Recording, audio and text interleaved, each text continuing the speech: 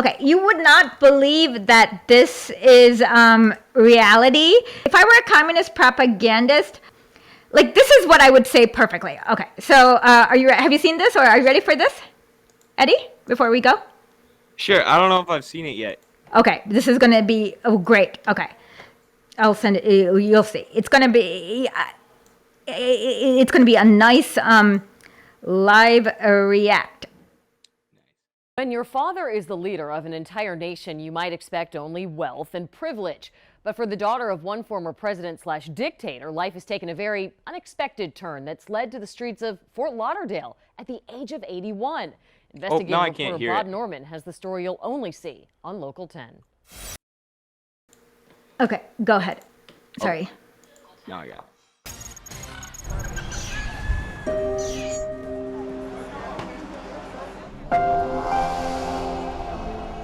If you stop to see the homeless people in Stranahan Park, you might notice this 81-year-old woman standing in the shadows.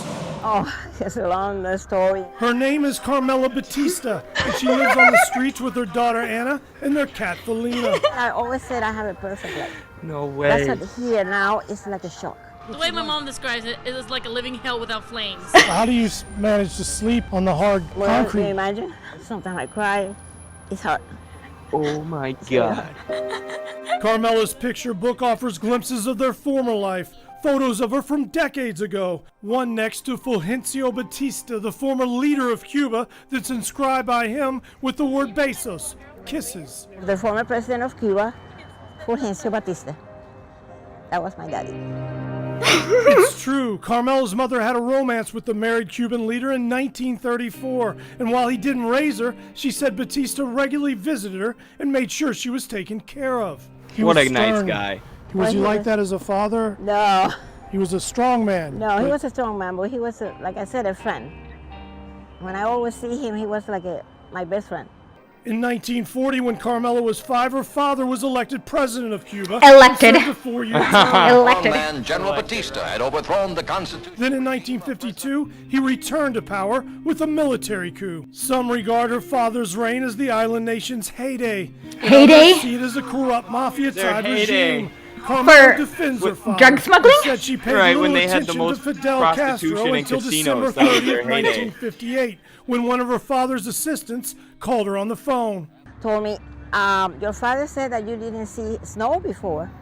You would like to see it? I said, yes. She was flown that day to New York City. The very next day, New Year's, she learned her father had fled Cuba. Cuba's Fidel Castro emerged triumphant. The revolution led to the destruction of all things linked to Batista. Good. Carmela was told she Including had homelessness. 8 other children from 2 marriages, Including narrowly slavery escaped and death. executing Castro children. had a satanic Yes. idea. Put all the kids and his wife and all of us in a wall and killed. Batista called Carmela and asked where she wanted to live. And I said, Carmela, where do you want to go? Fort Lauderdale. Oh, God. Why would you pick Fort Lauderdale if you could go anywhere in the world? Like Right. Venice of America. When her father died in 1973, she bought this home in upscale Coral Ridge and a condo on Gulf Ocean Mile with the inheritance. That's me with my 2 doggies. She adopted Anna at age 53. If I did something Did she good in lose life, all of her this is my inheritance? reward. Yeah, apparently. My mama and my papa together. 2 pages. You have to correct for me. Carmela sent Anna to top private schools, where Anna says she was excused from class when they taught about her grandfather. On him. They're calling him the dictator. Then came the Great Recession. I lost my money with the Capitalism. market. She took out a mortgage on her house and soon couldn't make the payments. The money went away. Too much. They couldn't even afford to pay the water bill on the house, leading to a lien from the city of Fort Lauderdale. Then Oh, came no, she foreclosure should have moved and a back to the short sale of the dictatorship. house in Cuba. 2015. Right. Carmela and Anna were then destitute. Oh, by the way, in Cuba, they had a moratorium on evictions since 1960, so you can't get evicted. And and there are no homeless people in Cuba. It must be a dream. But it's not. It's reality. Nobody would imagine that you would be here. I'm Nobody. going to be a little bit traumatized after I leave this place. It's like God wants me to teach me something. Yes, God wants to teach you to say "Viva la revolución," and right? That's what God wants. Yeah, he wants you to like say, Hasta siempre, comandante. What happened? It's a hard lesson, or you learn it? The lesson is communism will win. Real Bob Norman, Local 10 News. And Bob. Like I came across this and I'm like, if I were to create, like, if like you had told me that this was I don't know, like, would you have like believed this if I were to make like propaganda against capitalism? Like, I would do this. You know what I mean? Right. And this is reality. It's like it's from Cuba, the Onion. Exactly. Like, I don't understand why Miguel Diaz-Canel won't troll her by saying, hey, we'll give you a house here in Cuba. Like, he should totally tweet this out. My buddy Carlos, my co-editor, he always cites as the time he became a communist, his family moved from Cuba to like Miami, that area, with all the, the center of anti-communism and the people who had fled Cuba, including, I guess, literally Batista's daughter. But his mom got a condition, and an optional surgery could have like fixed the condition for her, but the family couldn't afford it in the U.S. And all the right-wing anti-communist Cuban people living in Miami were like, just go to Cuba and get the surgery for free. They'll give it to you for free and then just come back. It's like, that's the same situation with Batista's daughter. I had no idea that the gusanos in Miami, oh my, and then they dare to have oh my God. Yep. They're so diabolical. They are. And yeah, they are the most diabolical. They're the people who treated Afro-Cubans and Black Cubans like garbage for years. And now, they call Americans racist for calling them call leftists racist for calling them gusanos or whatever.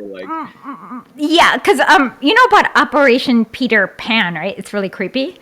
No, I haven't even heard of that. Okay, so Jeff Bezos' dad is a victim of this, but so Fidel Castro. Okay, so they claim that Fidel Castro banned Catholic school, but what he was really doing was integrating the schools, and so he was like forcing them to take Black people. So I don't know how these people like thought this was a good idea, but the U.S. government brought over like, I don't know, 15,000 kids from Cuba and let them stay in with Catholic priests. Oh my God. And obviously, you know what happened, because like, why would these, like, one thing I don't understand is like, why did these gusanos think that this would be like a remotely not like, it just baffles me as to how on earth you're so scared of Fidel Castro, like Black people, that you let your children stay with Catholic priests. Right. I almost wonder if I don't know. Yeah, I don't know what went on there. That's crazy though. Yeah, and so later, like a lot of these people sued because well, exactly what you think would happen to teenagers and children with living with Catholic priests happened. Right. That's insane. Yeah. Need more anarchists dunked on, Nazis ripped apart, and the libs' real intentions to be trotted out? Hit the like and subscribe buttons below, and then go over to historically.substack.com and check out our newsletter and podcast.